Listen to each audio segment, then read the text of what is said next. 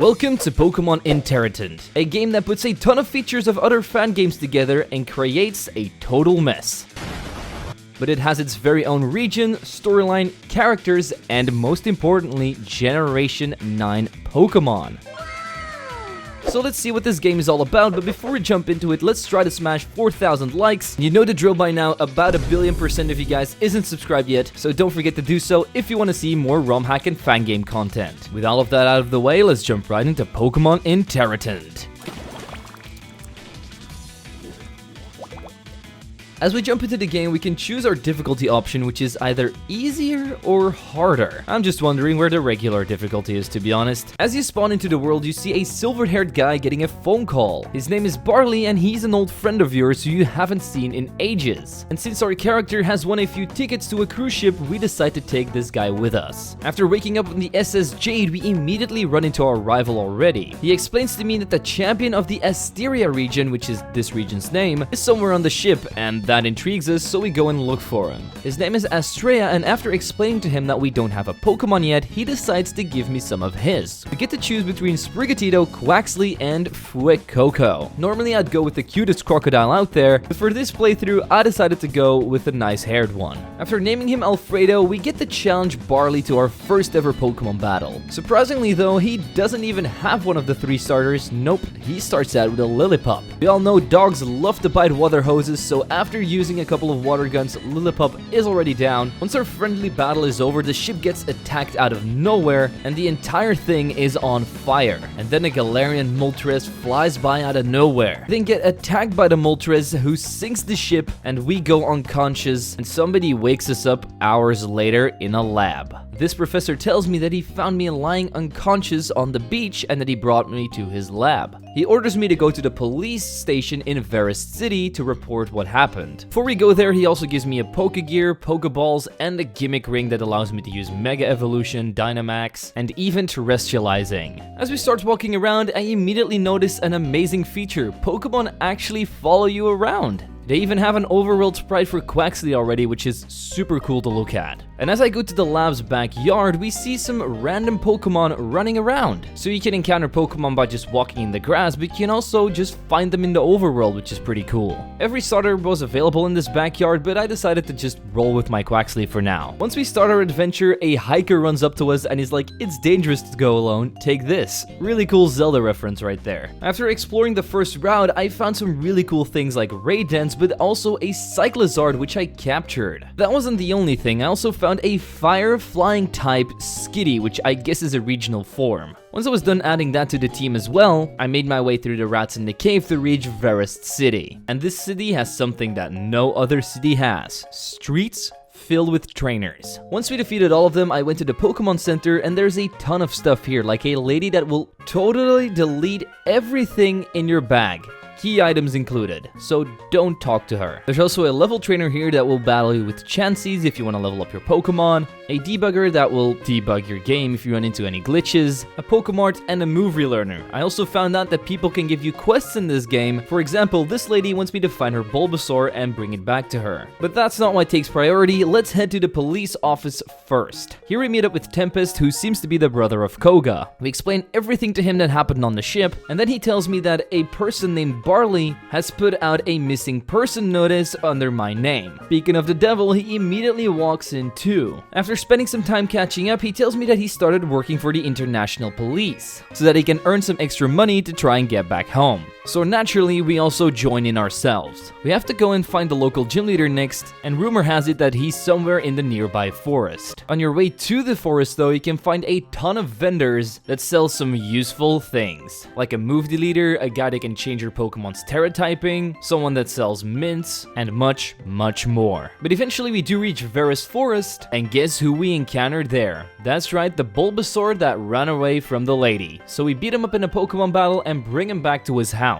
But the lady doesn't even want him anymore, so she decides to give him to me. Well, good luck in the PC, buddy, because you're never getting out. Then to go back to the forest. Right at the end of it, we see 3 people in some kind of squabble. All that we know is that they work for an organization called Exodus and that they're here to retrieve a machine. Before finding out more, they attack us in a battle, so we have to go and beat them up. So me and Barley team up to take both of them down, which was a piece of cake. And once the battle was over, my Quaxly evolved into Quaxwell. Then Pharaoh and Kara, who are the two evil leaders, leave and says that they have to go and report it to their superiors. The blonde guy then thanks me for saving him and also tells me that he is the gym leader of this city, so we can go and challenge him now. After answering 2 questions right from the gym trainers, you can already challenge the gym leader. Or so I thought, but the gym leader isn't here at all, and we get a call from Barley telling me that on Route 1 there is a suspicious shed that we need to go and check out. Before reaching the shed, I did my first Dynamax den and found out they have some pretty damn cool animations for Pokemon that need to be Dynamaxed. But I also found out that Quaxwell, my starter, doesn't have a backsprite and is just a floating question mark, so I don't think I'll be using him for much longer. That's definitely disappointing, but I get it, Gen 9 hasn't really been out for that long yet. We then finally run into the shed and find a hidden laboratory. Here's where we run into the gym leader again, as well as the admins of Team Exodus. The main guy's name here is Zeke, and he tells me to bug off, but we of course refuse and challenge him to a Pokemon battle instead. After sweeping through his really weak team with my bike, they decide to flee the scene, but they also stole all of this guy's research for a machine that apparently steals the life force of Pokemon. The gym leader asks me to try and get the research back, so that they can't use it for evil purposes. But Barley barges in and tells us that he already swooped them up outside with his Starly and that we have nothing to worry about anymore. We then teleport back to the gym, and as a reward we can take him on. He was a grass-type gym leader, so Alfredo just swept through his Capsakid, Smoliv, and Gossifleur with wing attacks, while Bike breaking swiped his final Pokemon Leap, and that was all we needed to get our first gym badge. Once we get this gym badge, the police barge in and arrest Adonis, because he was scheming with Exodus. Once that intervention was done, we get the next mission, just to go and investigate the next gym leader. But before we can get to him, we have to go and get the Surf HM, which is hidden somewhere in the sewers. On our way there, I managed to capture a Capsakid to add to the team, and then we started exploring the stinky sewer system. There really wasn't that much in here except for a couple of trainers and a Vanillite standing in a room for some reason. Quickly after, we found the Surf HM, and then we go back to the lab because that's how we get to the next town. But the river is blocked by a girl, and she won't let us through until we beat her in a Pokemon battle. Her name is Amaranth. Coincidence? I think not. Anyway, she had a Snom, a Togepi, and an Applin, which all got destroyed by Belle's bites, so then she decides to let me through and we can head over to the next route. The only real thing of interest we found was a goofy looking Cramorant before already reaching Mikrim City. But we see that it's totally taken over by Exodus grunts. Most of the buildings can't even be entered because they're blocking them. There's also a ton of buildings that are blocked by useless salesmen that only sell pretty useless evolutionary items. There is, however, a department store that sells a ton of useful items like choice bands and all of the good competitive items, so after picking up a few of those for my team, I immediately went to a nearby cave that's being investigated by Exodus grunts as well. But it's just to cut off some more Slowpoke tails, so I guess we'll just have to save the Slowpoke. But after chasing the grunt off, we run into the gym leader, who's apparently the owner of this Slowpoke and thanks me for saving it. She also invites me to her gym, but before going there I go to the Pokemon Center and level up my Alfredo to level 36 so that he would evolve into Quaquaval, but sadly enough, even after evolving into its final form, he still doesn't have a back sprite, so that's the last we'll see from Alfredo in this one. We then head to the gym, do a little bit of a water puzzle, and challenge the leader Zoa. As you may have expected, she had a full water type team of Psyduck,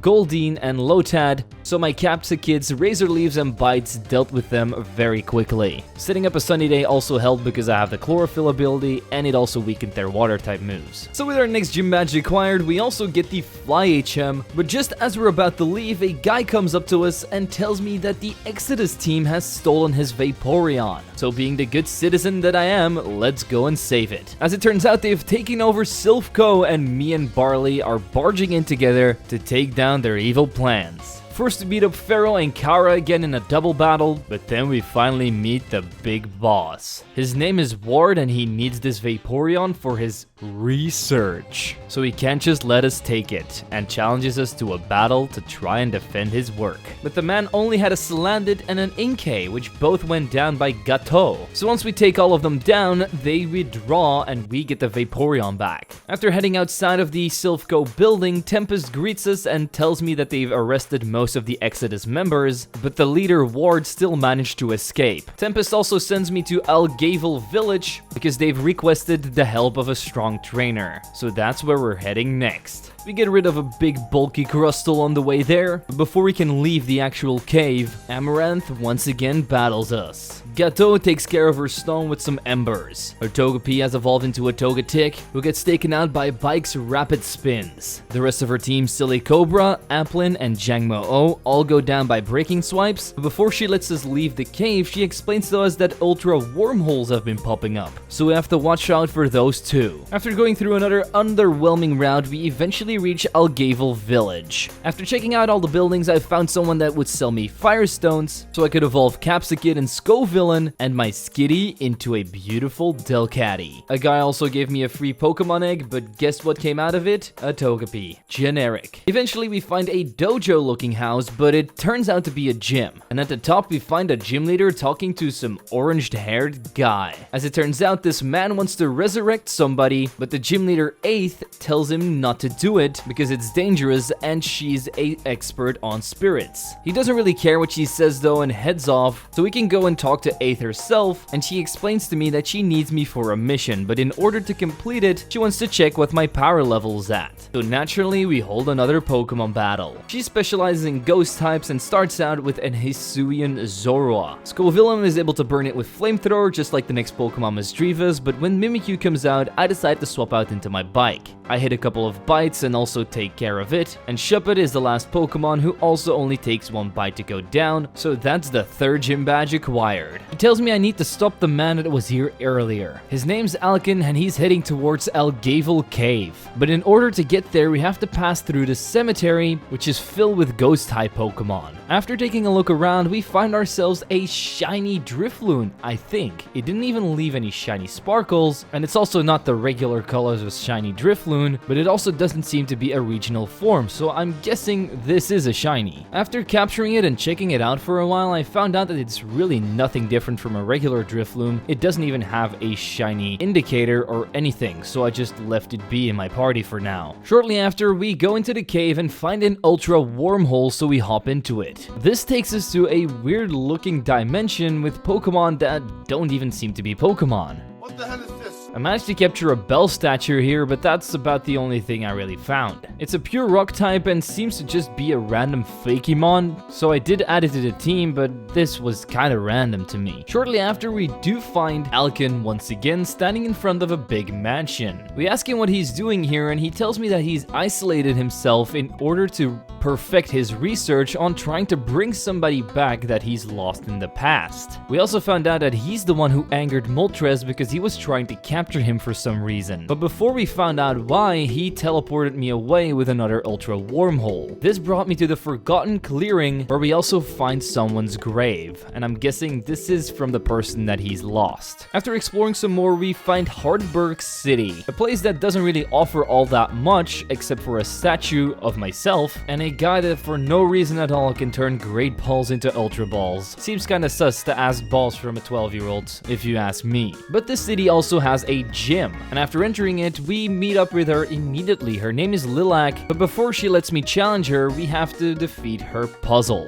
It's a little bit like Lieutenant Surge's gym puzzle. You have to talk to bushes, and in these bushes, you have to find keys to open the next room. But beware, there's also knights that can hide in these bushes and ambush you out of nowhere. After defeating all of them and evolving my Drifloon into a Drifblim, we find Lilac at the end. She has 3 very weak psychic types, a Solosis, which I take down with Ramses' Dragon Rage, as well as the next Pokemon Hatena, and her final Pokemon is a Galarian Slowpoke that gets destroyed by my Bike's Bite. So far, this game has been incredibly easy, so let's hope they turn up the difficulty from now on. Anyway, that's 4 gym badges acquired, but then we get a call once again. It's from Barley, and it only says Zwiggojr help. He's in Frostpoint City. I know, sounds a little bit too much like Snowpoint City, but Lilac tells me that we can get there via a boat that's laying here in the harbor. harbor. So after taking said boat, we arrive in Frostpoint City. After checking out all the houses, we found a board game club and also the library that serves as a gym as well. The first thing I did here was actually revive a fossil that turned into a lily, which I immediately tossed into the trash. After going up the stairs, we talked to the gym leader around here. Her name's Dendrite. She tells me that my friend is somewhere in a nearby cavern being held hostage, so we have to go and save him, but we have to promise her that when we get back, we'll have a battle with her. An easy promise since we need our gym badge anyway, so let's head to that cavern immediately. Since this is a snowy area, I decided to capture a Hisuian Sneasel on the way there. Upon entering the cavern, we see that it's infested with Team Exodus grunts. Upon investigating further, we find a switch which we pull, and this opens up a secret room. Upon entering, we see that our boy is laying on the ground unconscious because Zeke beat him to a pulp. This place is special because there used to be an ancient civilization here, but one day they encountered a strange creature that wiped them all out. And just as we're talking about it, it shows up. It's a Nihilego, and Zeke captures it to turn it against us. With my newly acquired Sneasel, it was pretty easy to take down with rock smashes, although I have no idea why this Sneasel is just floating in midair. Maybe it just acquired the levitate ability. After once again boycotting Zeke's mission, he leaves us alone, and we wake up Barley. He seems to be very tired and just needs to rest up a bit, so we bring him back to the library and explain to Dendrite what happened. She doesn't really care about anything that happened and just wants me to battle her, so after completing her very easy gem puzzle, literally just talk to the bookshelves next to where the trainers are standing, and then you can finally challenge her. She has a team full of ice types, starting out with an Alolan Vulpix. Luckily, we have a fire type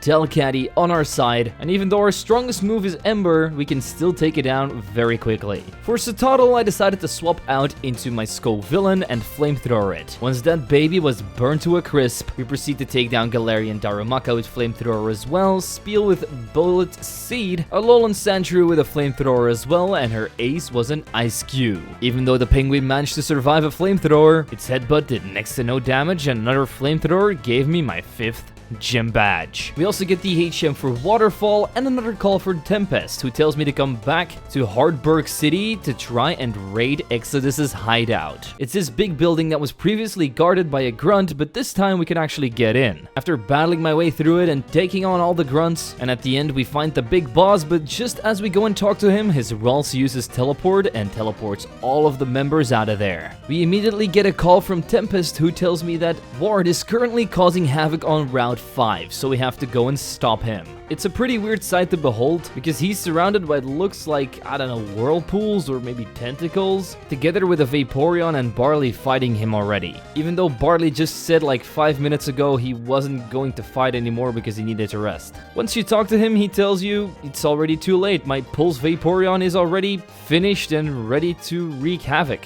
What is a Pulse Vaporeon? I have no idea. But let's beat this guy up because this just doesn't make any sense anymore. He started out with a Malamar who got destroyed by my Sneasel together with my bike. His Vaporeon did use Water Pulse, maybe that's what he means with a Pulse Vaporeon. Still nothing special, a Bullet Seed from Bell took it down. Salazzle then finished me off, so I brought in Ramses, killed it with Ancient Power, and the last Pokemon Ralts was no different as he went down with Power Gem, because it was literally level 4. Once the battle is over, he just says, I am bad at math. I give up. Do whatever you want with me. What is this game, man? And Barley says, I think that I will go train on Victory Mountain. I don't want to be a pushover anymore. And then an explosion happens in the distance. Apparently the mountain he was about to train on just exploded. And then we randomly find a Master Ball on the ground that Ward dropped. And we steal his Vaporeon too. On my way to the erupted mountain, I found myself a Quillfish, but this one looked a little bit Hisuian, and we found the island straight after. It still seems to have some inhabitants despite being totally wiped off the map, but there really wasn't anything interesting going on there, so we just headed further on. I quickly found Victory Mountain, and once we got to the middle of the mountain where a big lava pool was residing, we also found Alken again. He tells me that he's the forgotten Itinerant, which according to Google is a person that travels from place to place. He has finally found the Feather of Rebirth, which can be used to bring somebody back from the dead. And he isn't going to let me stop him from doing so. So let's crush him. He starts out with a Gigantamax Corviknight. He was able to take down my Quillfish and my Cyclozar, but they did do quite a lot of damage against the big bird. Then Delcatty's Embers could melt him down. The rest of his team also consisted of flying types, so Ramses could take out his Minior, Talonflame, and Hisuian Braviary, all with ancient powers and power gems. Once he was defeated, he got really angry and immediately summoned Moltres to strike me down. But little did he know that I had a Master Ball which I could throw at the big chicken so that his power would be mine. Then as he leaves in defeat, he says, "The only thing I have left is my memories." Then Barley and the Professor show up, who tell me that I should go up this mountain to reach the Pokemon League and win the whole tournament, which would be perfect because we need all of this prize money to go home after all. We also get the Feather of Rebirth from Moltres, and then our Quillfish evolves into Overquill, one of my least favorite Pokemon out of Legends Arceus, but honestly seeing it in a GBA sprite looks pretty damn good. We do the regular Victory Road puzzles and eventually end up at the front door of the Pokemon League. Before challenging the Pokemon League, I first captured a regional form of Oddish, which I immediately evolved into Gloom, but I couldn't find the right stone to evolve it into a Vileplume with, so it's just going to have to stay as this thing. Then I signed up for the tournament and had my very first battle. It's against Zeke, and he wants to take revenge for all the times I foiled his plans. He actually had a full Dark-type team starting out with a Drapion. I actually sweep through his first 4 Pokemon, Drapion, Liepard, Weavile, and Crobat with only Heat Waves from Hothead because I was able to set up 3 Iron defenses, maxing out my defense. Then he sent out his Hypno, which was a little bit too much to handle, so I swapped out into Bell and went for the Crunch 2 times in a row to take that thing down too. But his last Pokemon was Kingambit, and this guy's sprite looks absolutely amazing. I almost took him down with a Flamethrower, but the Night Slash was the end of me, so Burn Chick hit 2 more Fiery Wraths to kill Kingambit, and that's Zeke defeated. But after the battle, Dendrite shows up and drags Zeke along because she wants to make him a backup gym leader. Our next opponent is Amaranth again. She starts out with a G-Max Sandaconda. After he takes out my Gloom, I swap in Moltres and hit it with a couple of Fiery Wraths to take it down. But I'm way too weak now, going with 2 HP against her next Pokemon, Togekiss, who takes me out with a Dazzling Gleam. Luckily, I have the perfect counter. Overquill's Barbarage takes care of Togekiss, but Kommo-o's Clanging Scales defeat my big ball of spikes. Luckily, I have a Dragon type of my own. My Bike Dragon Claws Kommo-o back to its Pokeball, but I then get countered by Frostmoth's Blizzard. I was able to hit a Dragon Claw so Bell could finish it off the next turn with Flamethrower, and the last Pokemon on our team was Appleton. I was able to hit a couple more Flamethrowers and Crunches to get it down to half HP, but Dragon Pulse was too much for Scovillain. So I swap in Ramses, even though I'm super weak to this Appleton. 2 more Power Gems did win me the battle. Our next opponent is Voltaire, the 6th gym leader of this region, which we actually haven't taken on yet. He rolls with an electric type team, starting out with a Pincurchin that immediately sets up an electric terrain. Even though my Hothead once again lost this matchup, Bike was able to clean up with a Dragon Claw. His Gigantamax Toxtricity was a little bit harder to deal with as Bike went down quickly by some Max Strikes, but I managed to do some chip damage with Dragon Claw, and he also managed to take down my next Pokemon, Overquill, by going for a Max Strike again, then turning back to its regular form using Rest to heal up, and then killing me with a Snore. Bell's Flamethrower finished it off, just like the next Pokemon, Magnezone. His Alolan Raichu almost went down to a Crunch, but finished me off with Psychic, so Ramses only needed 1 more Power Gem to finish this battle. Only 1 more opponent to go. Barley, our long-timed rival. Let's see if we have what it takes to defeat him. He starts out with a Staraptor, but not a regular Staraptor. He Mega Evolves into a Mega Staraptor, which I wish was real. While it was pretty useless because it just whirlwinded me twice until my Bike came out and destroyed it with a Dragon Claw. So right after that, he brought out a Dragon type of his own, Salamence, and with its Intimidate, I couldn't one-shot it, so I got taken out by a Dragon Claw myself. Burn Chick took it down with Fiery Wrath, just like his starter Pokemon Stoutland, but not before he brought me down to 35 HP with a super effective Play Rough. Little did he know that I had the Berserk ability, so now my special attack is boosted, so I could also one-shot Seismitoad, and Leavanny got taken care of by Hothead. Only 1 more Pokemon to go, a Gigantamax Colossal. He might have managed to take my Gloom down with Heat Crashes, but I still have Ramses in the back, and with my super effective Power Gems, this thing fell pretty damn quickly. And with that, we've defeated Barley and won the Pokemon League tournament. And that's when we get put into the Hall of Fame and the credits start rolling, but the game isn't over yet. After the tournament, Barley talks to me and says that we could head home right now, but why should we? We can still explore this region because an entire new battle facility has opened up. He also gives me the star up to right and a ton of quests to complete. First couple of quests we get is re-challenge all of the gym leaders and beat them again. First I went back to Lilac, destroyed her psychic type team once again with my bike. For an unknown reason, Jasmine is in Frostpoint City, you can challenge her as well to get a steel excite, so that's what we did. With Hothead, her team was melted very quickly. Since we're in Frostpoint anyway, I also challenged Dendrite, and while she had some pretty cool Pokemon like Iron Bundle and Titan, her team was once again a pushover because we have Bell on our side. I went back to that old civilization and Nihilego was here once again. I know I could have captured this squid looking thing, but I don't want it to take over my body, so I just knocked it out with some Aqua Tails from Overquill. The next thing was actually pretty cool. I found a Miraidon somewhere randomly on a route, and this is one legendary I did want to add to my arsenal. So after capturing it, I went to the water type gym leader because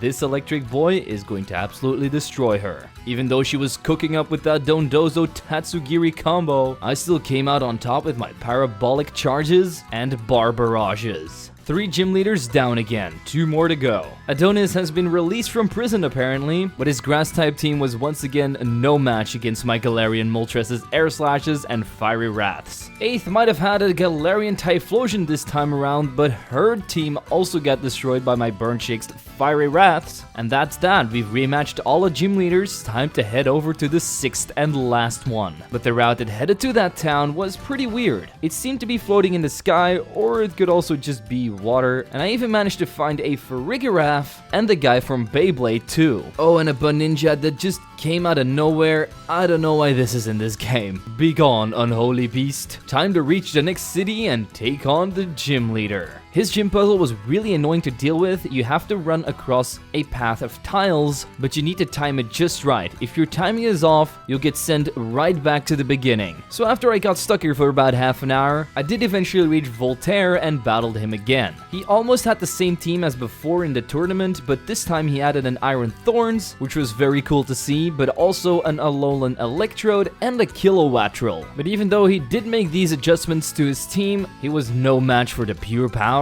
of mine, so that's the last gym badge acquired. But we still have a couple of quests to complete. Right next to the city there was a very big tower, and guess who's on the top of it? That's right, it's the legendary trainer from the Horn region, Brendan. He explains everything to me about Zinnia and the lore keepers, but that sadly enough she has passed away and that he's the lore keeper now, but we also want to be the trainer of Rayquaza, so we'll have to take him on to try and get him. He actually had a pretty bad team, starting out with a Swellow who got destroyed by Discharge, Breloom by Dragon Pulse, his Alolan Raichu by Fiery Wrath, his Macargo then takes down my Moltres, but Bike kills it with Dragon Claws just like the next big boy Wailord, and his last Pokemon is Mega Rayquaza. He managed to take down my Bike with a Dragon Ascent, but this made his defenses drop so Ramses could come in, Ancient Power him 3 times, and boom, Brendan was defeated. That completes another quest. We also get the title of Lore Keeper and Rayquaza joins our side. Then I just found another random portal somewhere which teleported me to an alternate dimension, and now all the lava on top of the mountain has turned into ice, and Alkin isn't orange and red anymore, no, now he's blue and white, and he's turned into an ice type trainer. The same events happen as before with Moltres, as we totally destroy his ice type team, but this time he doesn't spawn in a Moltres, he spawns in Galarian Articuno. This time I didn't capture it and just defeated it, and then this version of Alkin just leaves never to be seen again. We get absolutely no explanation of what just happened, so that's great. There were 2 more quests that popped up after defeating Rayquaza, and that's defeat Kyogre and Groudon. So I found Groudon somewhere random in the lava mountain and defeated him, and Kyogre was somewhere randomly in the water where we fought the Vaporeon guy with the pulses and stuff. Once these 2 legends were wiped off the map, but our quests don't end there, we go to the cave where we found the Slowpoke earlier, where another portal showed up. This time it was an entire maze full of portals that eventually led me to Cresselia. After once again killing this legend, I thought that Darkrai would show up somewhere, but he was nowhere to be found. Instead, I found a Interident standing somewhere randomly in a cave again. Once again, really cool, so I added him to the team, and then we go back to the place where the tree and the grave are. But this time, the real Alkin is already here. He explains to me that he laid his beloved wife to rest here in the hopes that he'll be able to see her again one day. Sadly enough, he doesn't think that will ever happen, but he still asks me to pay my respects to her. After making a silent prayer, a miracle happens. The ghost of the girl shows up, and her name is Eve. After they hold hands and talk for a little bit, she tells Alkin that she can't stay for much longer and just wants one last Pokemon battle with me.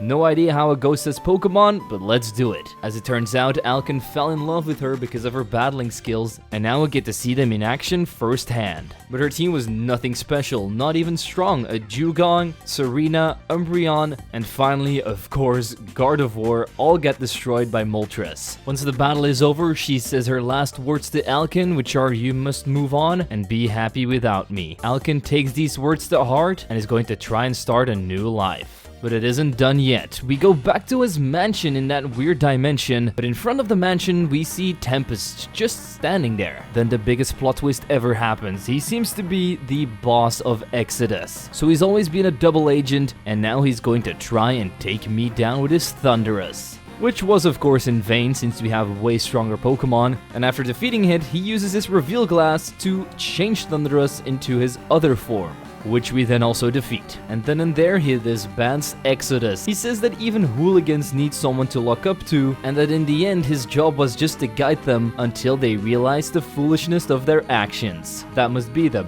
biggest Sigma male move ever. But then he just disappears, never to be seen again. So now we can enter the mansion ourselves. But the only thing we find here is another ultra wormhole. So we try to enter it, but we get ambushed by a Gliscor and a Honchkrow. And then their trainer, who we've never seen before, shows up out of nowhere. He says, "I, the Great Ryzen, will be the one to defeat you because he thinks that we're Alkin." And we enter our battle with him. He starts out with a Gliscor. I set up a nasty plot with my burnt chicken and managed to take it out with a Fiery Wrath, just like the next Pokemon Mega Sableye. Grimmsnarl dies to a Hurricane. Honchkrow almost takes me down with Drill Peck, but two Fiery Wraths once again do the trick. Umbreon goes down to a Hurricane and a Fiery Wrath as well, and his last Pokemon is Giratina. Don't know how he got this legendary beast, but a single Fiery Wrath does the trick. Once the battle's over, he apologizes for attacking me and explains that Giratina said to him that this region was in danger. But then we hear a loud kaboom coming from the other side of the portal, so we both jump in, and we end up in a parallel dimension. Upon going forward, we see Dialga and Palkia battling it out, and they attack me and Ryzen, so we have to defeat them in a double battle. Which was absolutely no problem with our Dragon-type moves, but after defeating them, they turn into their primal forms. And Arceus joins them as well, and this is the last fight that we and Ryzen have to overcome. Even though these are arguably the strongest Pokemon in the region, we don't back down. And in this triple battle, I first took down Palkia with a Hurricane and a Dragon Pulse. Then we triple up onto Dialga with a Dragon Pulse, Fiery Wrath, and Shadow Force. So only Arceus is still standing. It manages to take out Moltres with Judgment, but Dragon Pulse from Miraidon finally ends the god of all Pokemon. Once that's over, Ryzen decides to leave us in order to find a way to close this wormhole. But we just decide to go back in ourselves, beat up these three gods once again to just wipe them off the face of the planet, and that's sadly enough all the content I could find in Pokemon Interident. Now, this was a very interesting game. It feels a little bit like a mishmash of just things put together. A very messy game that really needs a lot of polish if it wants to become something, to be honest. I'm not gonna lie, it was pretty fun to play because it has so many features, but the lackluster story writing and the shallow characters really made the story feel so goofy and stupid. But hey, if you want to play a fan game that has Generation 9 Pokemon, I think this is probably your best bet at the moment. So if that's something you're interested in, you can always give it a try. With all of that out of the way, I of course want to thank my membership and Patreon supporters for supporting the channel. If you want to do so yourself, you can click the links in the description. It's always appreciated, but not needed. And as always, people, don't forget to leave a like, subscribe, and share this video with your friends. I'm Zwigo, and I'll see you guys next time.